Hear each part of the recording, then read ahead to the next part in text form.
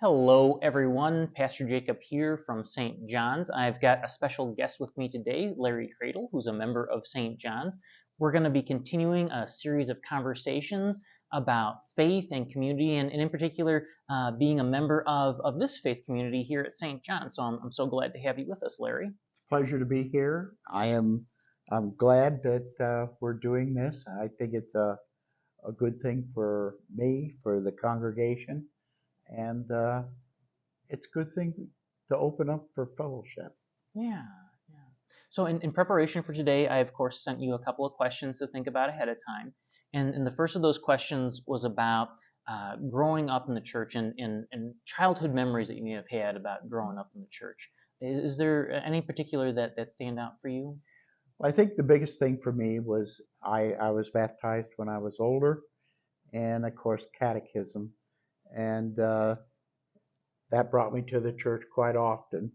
And it's when you're with the kids and with the pastor, I think it just creates a lot of friendship.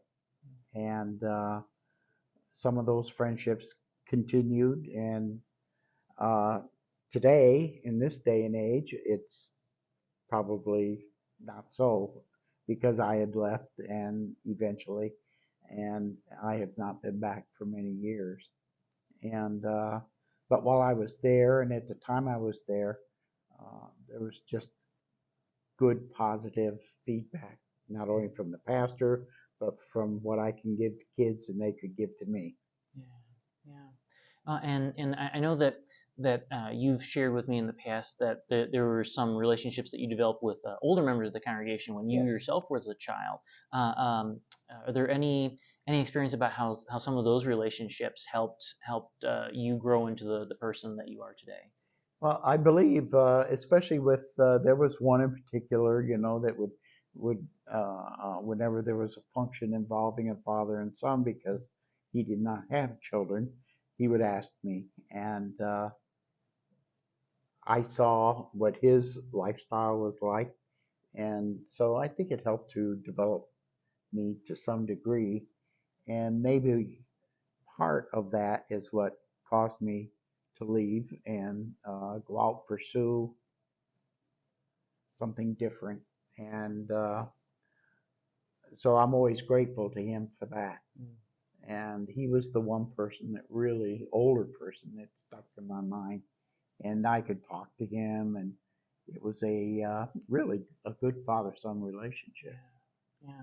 Well, and it sounds like it probably was mutually beneficial for them too to be able to have someone that they can help mentor and pass on some worldly wisdom to as well. I would hope so. Yeah. So the second question I think relates to the this idea of growing in friendship and partnership with folks too, and thinking about the partnership that we have with God in creation as well. So um, where Larry have you felt God's grace or God's presence within the community lately? Well, it started actually down in Florida where I live, Okay. and I even know the year, 2018, Okay. and I I had not been going to church, and I decided that I've been passing this Lutheran church for a few years, and I would stop in and see, and I was just totally welcomed into Mm. this church as if I had already belonged there for a long time, and I got in with a good group of people, and I started doing things within the church, and it just grew from there. I started a ministry there, and it was just great for me. I just felt fulfilled, and after I had completed so much time there, I just felt a calling. Some reason, something was drawing me back home, Okay. back here to Sterling, and I came back, and I've gone to several churches since coming back, and I really feel my place is here. and I just feel I have work to do here. And I believe that the Lord the Lord is prompting me and pushing me forward to do these things. And it all started back in 2018, and it's just been pushing me forward ever since. Yeah, I have really grown to appreciate the ways that you've described some of those senses of being pushed and not so much like a shove, but like a Yeah. companionship kind of Yes. kind of experience too, which I think is just really awesome. So I appreciate you sharing that with us. Um, Thinking about God's presence then with us and this companionship that we have with God, how have you found yourself trying to reflect or embody that sense of Christ-like love throughout your daily kind of stuff? Well, first off, I am in the position where I can do. Uh, I have coffee with God every morning, Mm, and it's usually about an hour's worth of devotion time.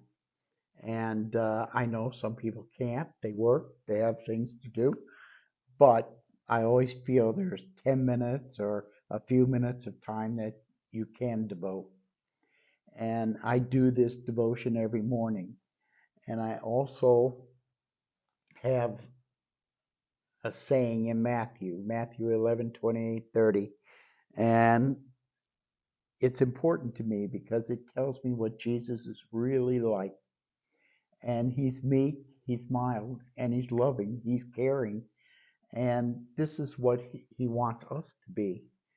And it's that devotion to Jesus that I see. And if you read Matthew 11:28-30, you'll see he will tell you that his yoke is not heavy, his burden is light, and you can come to him every time. And this is so important for me, and it works for me. yeah. I find it really neat when folks find sometimes they're called life passages, those pieces of scripture or the wider Christian story that they feel they can keep coming back to as inspiration or encouragement to keep going throughout each day. And it sounds to me like you've found one of those passages that has been doing that for you.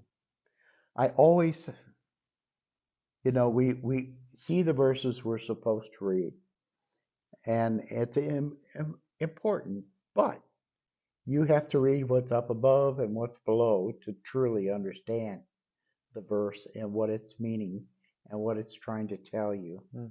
And I always do that. And I just truly believe in the love of God and the love of my Lord. And I will do whatever I have to do uh, to follow whatever direction and the way He's pushing me to do what I can for St. John's or anywhere else. Well, I I'm so very appreciative of you taking this time to share with us this day, and I'm always looking forward to more conversations with you, Larry. And I'm also very thankful for all of you folks for joining us in this conversation today. And I look forward to getting a chance to speak with you all again sometime soon too. Until then, take care, everybody.